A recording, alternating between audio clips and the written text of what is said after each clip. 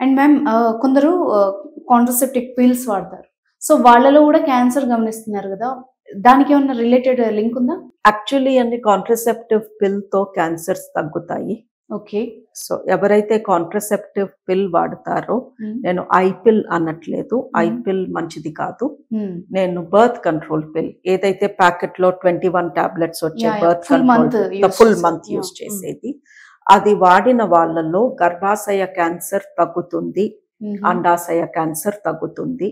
ఎవరైతే ఈ birth control పిల్ 6 months కనీసము కంటిన్యూస్ గా వాడతారో వాళ్ళల్లో క్యాన్సర్ వాళ్ళ లైఫ్ మొత్తము 50% తగ్గుతుంది. సో ఈ బర్త్ కంట్రోల్ పిల్ ద్వారా యాక్చువల్లీ క్యాన్సర్ నుంచి మనకి ప్రొటెక్షన్ లభిస్తుంది.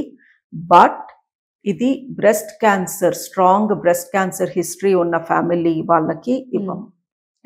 సో ఒక రకంగా మీ అమ్మకి కానీ అక్కకి కానీ ఆర్ మీ ఇంట్లో ఇద్దరు ఆడవాళ్ళకి అమ్మ వైపు నాన్న వైపు బ్రెస్ట్ క్యాన్సర్ ఉంటే ఈ కాంట్రసెప్టివ్ పిల్ వాడటం మంచిది కాదు.